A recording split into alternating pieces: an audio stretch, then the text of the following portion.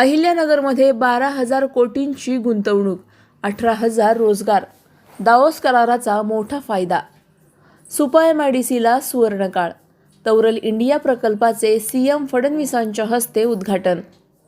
Davos करारामुळे अहिल्यानगर जिल्ह्यासाठी औद्योगिक विकासाचे नवे दालन खुले झाले असून तब्बल 12,000 कोटी रुपयांची गुंतवणूक आणि 18,000 रोजगारांची निर्मिती होणार असल्याची माहिती मुख्यमंत्री देवेंद्र फडणवीस यांनी दिली आहे. सुपा MIDC येथे तौरल इंडियाच्या अत्याधुनिक उत्पादन प्रकल्पाचे उद्घाटन मुख्यमंत्री देवेंद्र फडणवीस यांच्या हस्ते पार पडले. यावेळी ते बोलत होते.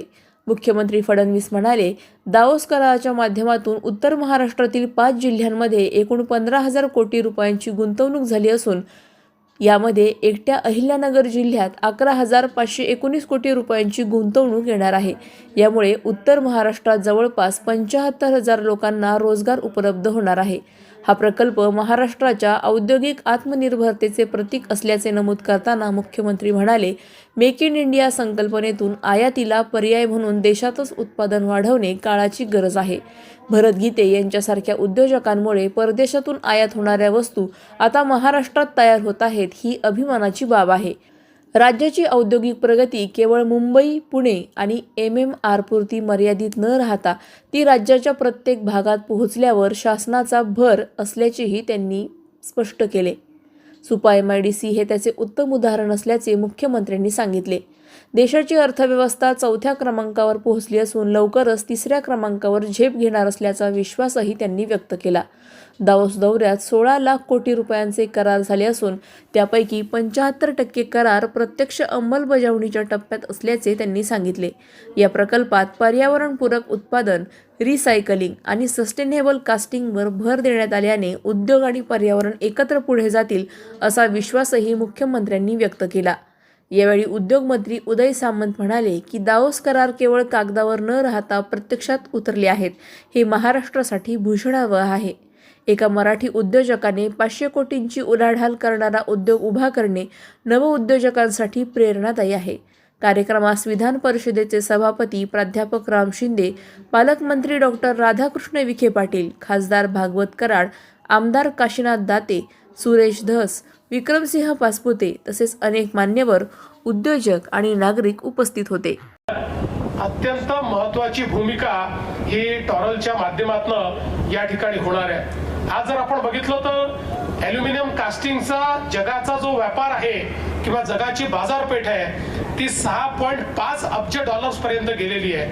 आणि त्याच्यामध्ये आपल्याला जी काही भारताची भूमिका आहे ती मोठ्या प्रमाणात वाढवायची आहे. मला आता भरत सांगत होता की ॲल्युमिनियमचा विचार केला तर त्या ठिकाणी पर कॅपिटा जे काही ॲल्युमिनियमचा इंडस्ट्रियल उपयोग आहे तो जर्मनीमध्ये 36 kg आहे आणि आपल्याकडे फक्त 2.5 kg आणि तोही आता टॉरल इंडिया सारख्या या सगळ्या संस्थांनी इथपर्यंत तो पोहोचवलेला आहे. म्हणजे आपल्याला खूप मोठी मजल ही त्या ठिकाणी गाठायची आहे. आणि विशेषतः या सगळ्या प्लॅन्टमध्ये सस्टेनेबल कास्टिंग आणि रिसायकलिंग या गोष्टीकडेही लक्ष देण्यात आलेलं आहे.